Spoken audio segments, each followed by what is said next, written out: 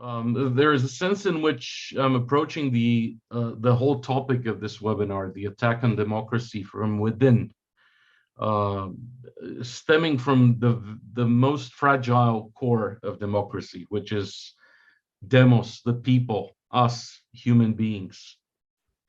On the very first day the Russian forces entered Ukraine, I turned to online social networks in order to check on my friends there and get a feel for the situation on the ground. Reading the impressions of the first morning of bombing and watching the videos recorded by people I know, my spontaneous reaction was to share those with my contacts lists in order to inform, but also share the feelings of shock, of compassion and care. Browsing through the news feed in search of the latest posts, I was also quickly shaken by the fact that so many of my contacts had found it important to emphasize that there are two sides to every story.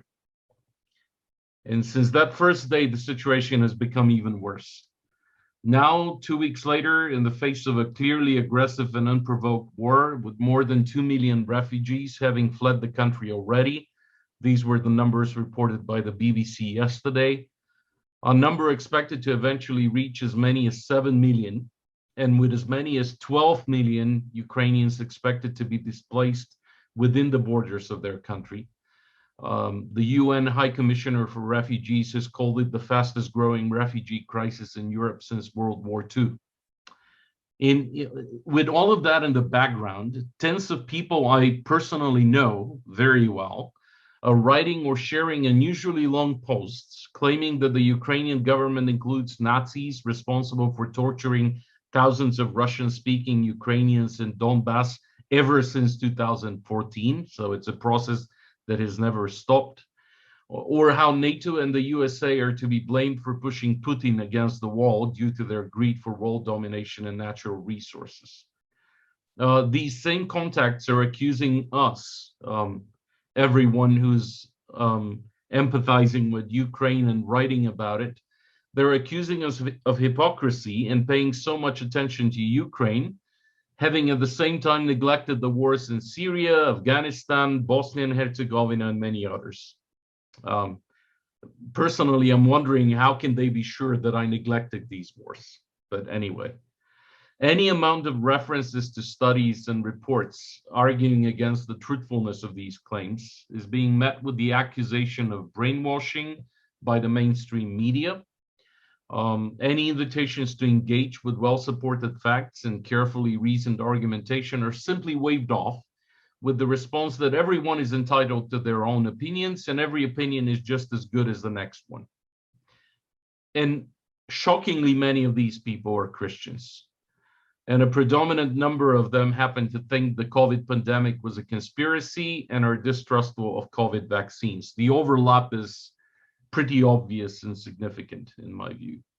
So what is the cause for such widespread absurdity? In my view, it's a complex combination of objective and subjective factors.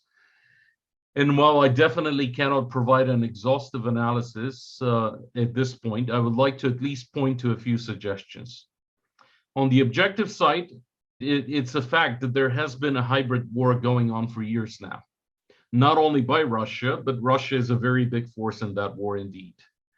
For example, an internal Facebook report written in September 2019 and published 2 years later by the MIT Technology Review, who obtained it from a former Facebook employee, found that in the run-up to the 2020 election, Facebook's most popular pages for Christian and Black American content were being run by Eastern European troll farms. Who said Eastern Europe is insignificant? These pages were part of a larger network that collectively reached nearly half of all Americans. The data said 140,000 Americans were reached daily by the pages originating from these troll farms. This reach was not achieved because users actively looked for such pages, but as a result of Facebook's own platform design and engagement-hungry algorithm. In other words, Facebook was pushing the content to them. More specifically, as of October 2019, as many as 19 of the top 20 Facebook pages targeting Christian Americans So 19 out of the 20 top were being run by troll farms based in Eastern Europe. My own parents have shared publications originating from these pages. Furthermore, the report found that troll farms were reaching the same demographic groups singled out by the Kremlin-backed Internet Research Agency during the 2016 election, things that Joe has already referred to. Back then, they were targeting Christians, Black Americans, and Native Americans. In the words of Jeff Allen, who is the author of the above-mentioned report, our platform has given the largest voice in the Christian American community to a handful of bad actors who, based on their media production practices, have never been to church. Unfortunately, I don't have such data for Europe or Eastern Europe in particular, but I have read studies and reports for Bulgaria and have my own observations to back them up. A large amount of the conspiracy theories circulating on Facebook, as well as the pro-Putin arguments in favor of the war, clearly originated from troll farms and are then spread even further out by unethical media outlets and journalists vying for attention by any means possible. While hybrid war is not a new thing at all, virtual social networks present us with a dynamic that is quite unexplored for most of us. And the truth is, few people possess the knowledge and critical skills that will allow them to see through the deception and the truth. I realize that even us who are participating in this webinar are in a pretty privileged position to be able to study, have access to materials, have the leisure to read and carefully analyze. A lot of people don't have the time, neither do they have the resources and the capacity to work through that. On the subjective side, there are a multitude of reasons why someone would choose to believe in a conspiracy theory that is highly improbable or disbelieve in news reports that are supported by multiple credible sources. Just a few examples. First, none of us can grasp the enormous complexity of the world we live in, so we tend to simplify. We all have our prejudices and tend to filter news based on what we already believe to be true. And as shocking as it may seem that a Christian would ignore the plight of innocent Ukrainians and emphasize the reasonableness of Putin's griefs against the USA and NATO, a careful look at the values and worldview of these same Christians would reveal that indeed there is certain consistency there. We may all claim to be Christian, but the differences between the meta-narratives we believe in and the values we emphasize are consistently leading us to different evaluations of the same facts or to filtering one set of facts in favor of another. For example, many of these so-called neutral Christians feel threatened by the so-called Western liberal agenda, calling it gays and whatever else, and view Putin as a defender of traditional Christian values. So there is a sense in which they're consciously siding with the party that confirms with their biases. Second, it becomes ever more obvious that as human beings, we're not as rational as we tend to assume we are. Most of our choices stem not from rational analysis, but are the result of emotional triggers. Some, for example, I believe, have chosen the position of neutrality in this conflict because they have been deceived before and they're afraid to commit again. I think there are many also who trusted in America as if it was the savior, and because they ended up disappointed, now they're turning against it.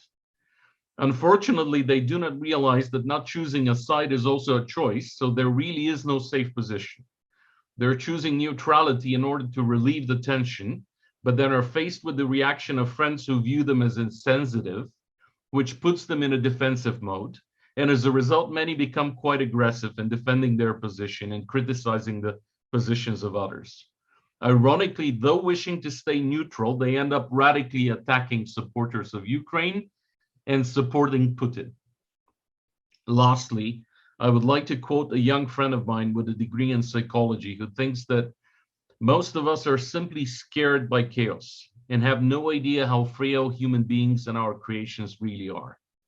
We're always looking for some all-encompassing but simple enough explanation that would allow us to continue hoping that the evil around us is not accidental. Because if evil is fortuitous, then how do we fight it and how do we inflict revenge? For many times, that is exactly what we are most looking for, retribution. Therefore, we are prone to come up with enemies, conspiracies, mythical players at the chessboard of the gods. While in reality, our entire civilization and its structures is exceptionally fragile, like a tower of cards held up by our relative incompetence and limited perspective. The true miracle and the only real conspiracy, a divine conspiracy, I believe, is that somehow we continue to evolve and work for good in this world. So what is my response in conclusion to friends and acquaintances engaging in all of the above reactions and activities? I have been constantly reminding myself that virtual social networks tend to present a very distorted image of a person. They tend to highlight weaknesses like gaps in one's general knowledge or lack of critical thinking skills, but those do not necessarily account for the entire person. Because I've seen numerous examples of acquaintances using poor arguments in defense of bad positions, but then acting sacrificially in contradiction to their views or words. And this is the very same type of contradiction observed when I personally fail to live up to the noble values which I otherwise promote in my speaking. Therefore, when engaging with someone online, I'm trying to focus on their humanity and our mutual brokenness. I'm trying to ask questions. It's a new thing for me, and I'm barely learning to walk in this way. Ultimately, I'm often reminded of the biblical story of the prophet Elijah. Facing continuous opposition from the king of Israel and his pagan wife, and observing how this corrupt pair is corrupting the nation and keeping it under their evil control, the prophet reaches a state of desperation and wishes to die. God's response to him is one of perspective. The news that he is not the only one left, and that there are several thousands of faithful people like himself that God will use to make a change. I too am convinced that it is in the nature of evil that it self-destructs and is therefore transient, while good people cannot be silenced or stopped by any means. This is my hope and motivation.